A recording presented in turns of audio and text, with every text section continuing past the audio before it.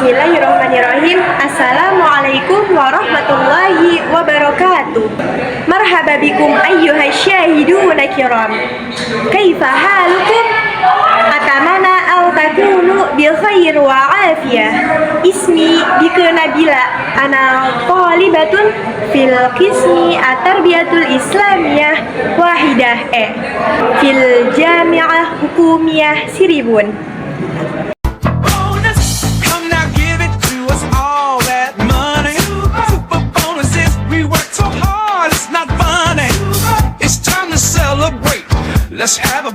Ada beberapa materi yang akan saya jelaskan. Materi yang pertama tentang kalimat fi'il dan pembagiannya. Secara etimologi, al-fi'lu artinya pekerjaan. Sedangkan secara terminologi, fi'il adalah kata yang menunjukkan makna kepada dirinya sendiri serta bersamaan dengan salah satu dari zaman. Seperti yang kita ketahui bahwasanya zaman itu ada 3. Yang pertama, zaman lampau atau biasa disebut dengan fi'il madhi. Yang kedua, ada zaman sekarang atau biasa disebut dengan fi'il mudhari. Yang ketiga, ada zaman akan datang atau mustaqbal. Terus, fi'il dibagi menjadi 5 kategori. Yang pertama, pembagian fi'il berdasarkan waktunya. Yang kedua, pembagian fi'il berdasarkan aktif atau pasifnya. Yang ketiga, pembagian fi'il berdasarkan harokat huruf akhirnya. Yang keempat, pembagian fi'il berdasarkan jumlah hurufnya. Dan yang kelima, pembagian fi'il berdasarkan asal-usulnya. Saya akan menjelaskan yang pertama dulu. Pembagian fi'il berdasarkan waktunya dibagi menjadi 3. Yang pertama ada fi'il madhi, yang kedua ada fi'il mudhari, dan yang ketiga ada fi'il amr. Fi'il madhi adalah fi'il yang menunjukkan pada kejadian yang terjadi sebelum waktu pembicaraan atau masa lampau. Dan dalam bahasa Inggris kita kenal dengan istilah past tense. Contohnya, syarabu Muhammadun labanun, yang artinya Muhammad telah meminum susu. Terus fi'il mudhari adalah fi'il yang menunjukkan peristiwa yang terjadi pada waktu percakapan atau masa sekarang. Dalam bahasa Inggris kita kenal dengan istilah present tense. Fi'il mudhari pasti diawali dengan salah satu dari 4 huruf mudhara'ah yang terkumpul dalam lafaz ana itu. Berarti alif, nun, ya atau ta. Contohnya, yashrabu Ahmad halib. Nah, itu kan diawali dengan huruf ya. Bisa juga yashrabu, nashrabu, tashrabu atau ashrabu. Terus selanjutnya fi'il amr, yaitu fi'il yang menunjukkan peristiwa yang mana hasil yang diminta setelah waktu berbicara atau kata perintah. Contohnya, asyrabu labanun al-ana, yang artinya minumlah susu sekarang. Yang kedua, pembagian fi'il berdasarkan aktif atau pasifnya dibagi menjadi 2. Ada fi'il ma'lum atau kata kerja pasif. Contohnya qara'a, yang artinya telah dibaca. Dan ada fi'il majhul, yang artinya kata kerja aktif. Contohnya qari'a, yang artinya telah dibaca. Yang ketiga, pembagian fi'il berdasarkan harokat huruf akhirnya dibagi menjadi 2 juga. Yang pertama ada fi'il mu'rab, yaitu fi'il yang bisa menerima tanda i'rab. Contohnya yajlisu, bisa dibaca lam yajlis.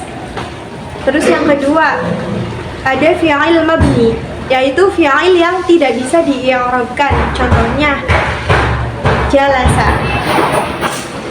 Yang keempat, pembagian fi'il berdasarkan jumlah hurufnya dibagi menjadi 4. Ada fi'il thulathi, fi'il rubai, fi'il khumasi, dan fi'il sudasi. Fi'il thulathi yaitu fi'il yang terdiri dari 3 huruf. Contohnya jalasa. Fi'il rubai yaitu fi'il yang terdiri dari 4 huruf. Contohnya zalzala. Fi'il khumasi yaitu fi'il yang terdiri dari 5 huruf. Contohnya iqtaraba. Fi'il sudasi yaitu fi'il yang terdiri dari 6 huruf. Contohnya istighfara. Yang terakhir, yang kelima, yaitu pembagian fi'il berdasarkan asal usulnya. Dibagi menjadi 2. Ada fi'il mujarrad dan fi'il mazid fi. Fi'il mujarrad yaitu fi'il yang masih asli, tidak mendapatkan huruf tambahan seperti kalimat. Sedangkan fi'il mazid fi yaitu fi'il yang telah mendapatkan huruf tambahan seperti ta'allima dari asal kata alima. Oke, lanjut materi yang berikutnya, yaitu tentang jumlah ismiyah dan jumlah fi'liyah. Jumlah ismiyah adalah kalimat yang diawali dengan isim atau kata benda. Kalimat yang diawali dengan kata benda dan tersusun atas mubtada dan khabar. Terus pengertian mubtada adalah kata yang dijelaskan atau disebut dengan subjek. Karena mubtada itu subjek, maka memiliki 2 sifat, yaitu yang pertama harus berupa ma'rifat atau kata yang jelas, spesifik dan khusus. Contohnya adalah nama orang, nama benda, atau isim yang berawalan alif dan lam. Yang kedua, tanda i'rabnya rafa, yaitu ditandai dengan dhammah, wawu, alif, dan nun. Dan khobar adalah kata yang menjelaskan mubtada, biasa disebut dengan predikat. Adapun sifat yang diperlukan yaitu harus nakirah atau kata umum yang menjelaskan mubtada dan tanda i'rabnya ataupun rafa. Nah, jumlah ismiyah ada ciri-cirinya loh. Yang pertama ada susunan kalimat berawalan dengan isim. Yang kedua, terdiri dari mubtada dan khabar. Yang ketiga, mubtada dan khabar harus sifatnya sama dan bilangannya sesuai. Dan yang keempat, mubtada berada di awal kalimat, tidak didahului oleh khabar. Nah, contoh dari jumlah ismiyah ada al-qalamu jadid, artinya pulpen itu baru. Terus Ahmadu muslim, artinya Ahmad adalah seorang muslim. Terus al-maktabatu kabirah, artinya perpustakaan itu besar. Dari contoh di atas, al-qalamu berkedudukan sebagai mubtada atau subjek yang dijelaskan oleh al-jadid yang berkedudukan sebagai khobar atau predikat untuk menerangkan mubtada. Begitu juga contoh selanjutnya. Mubtada dan khobar harus bersifat sama, seperti contohnya mubtadanya mudzakkar dan khobarnya juga harus mudzakkar. Harus sama-sama mufrad, musanna atau jamak. Nah, tadi kan sudah saya jelaskan mengenai jumlah ismiyah. Maka selanjutnya saya akan menjelaskan jumlah fi'liyah. Jumlah fi'liyah yaitu kalimat yang diawali dengan fi'il atau kata kerja. Kalimat ini terdiri dari fi'il atau kata kerja dan fi'il subjek serta maf'ul bih atau objek penderita. Dan fi'il ini bisa menggunakan fi'il madhi atau kata kerja lampau, atau bisa juga dengan fi'il mudhari atau kata kerja yang sedang dilakukan atau sekarang. Subjek fa'il dalam jumlah fi'liyah ini bisa terlihat biasanya ditandai dengan nama orang atau suatu benda. Bisa juga tak terlihat. Biasanya jumlah fi'liyah seperti ini terletak di tengah paragraf karena dhamirnya sudah dijelaskan di awal paragraf. Contohnya, Jalisu Ahmad, artinya Ahmad telah duduk. Dan Doroba Ahmad, artinya Ahmad dipukul. Terlihat kan? Kata kerjanya berada di depan kalimat Jalisa. Dan Doroba itu berada di awal kalimat. Dari contoh di atas, jalisun menurut keterangan waktu. Ini menunjukkan masa lampau atau fi'il madhi yang artinya telah duduk, dan jenisnya adalah fi'il lazim atau fi'il yang tidak memerlukan objek tetapi perlu adanya subjek. Subjeknya yaitu Ahmad. Dan kata Ahmad adalah subjek atau yang melakukan perbuatan. Kedua kata ini sudah termasuk kalimat yang terdiri atas fi'il dan fa'il, sehingga sudah jelas meskipun hanya dua kata. Contoh selanjutnya kan ada doroba. Kata ini disebut fi'il majhul atau kata kerja yang tidak disebutkan pelakunya atau tidak disebutkan siapa yang melakukannya, atau kata kerja pasif. Maka kata Ahmad ini disebut naibul fa'il atau pengganti subjek, yang maka jika diartikan menjadi Ahmad dipukul. Dari penjelasan di atas, beberapa perbedaan yang dalam jumlah ismiyah dan jumlah fi'liyah diantaranya sebagai berikut. Yang pertama, jumlah ismiyah didahului oleh isim atau kata benda, sedangkan jumlah fi'liyah didahului oleh fi'il atau kata kerja.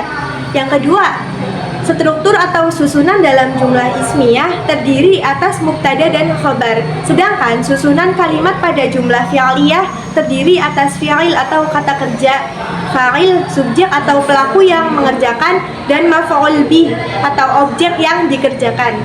Dan yang terakhir, yang ketiga, jenis serta jumlah mubtada wajib sama dengan khobar, sedangkan untuk fi'il wajib tetap mufrad ketika jumlah fa'il lebih dari satu atau selain mufrad. Lanjut materi yang ketiga, yaitu tentang adad wa al-ma'dud. Apa sih adad wa al-ma'dud itu? Adad wa al-ma'dud adalah konsep dalam bahasa Arab yang berkaitan dengan bilangan dan benda yang dihitung atau disebut dengan kalimat. Adad berarti angka atau bilangan, sedangkan al-ma'dud berarti benda yang dihitung atau jumlah benda. Bilangan dalam bahasa Arab dibagi menjadi beberapa kategori berdasarkan jenis dan bentuknya. Secara umum, bilangan terbagi menjadi dua, yaitu adad al-i'tibari dan adad tafa'uli. Yang pertama, adad i'tibari, yaitu bilangan asli. Bilangan asli ini digunakan untuk menghitung benda atau objek.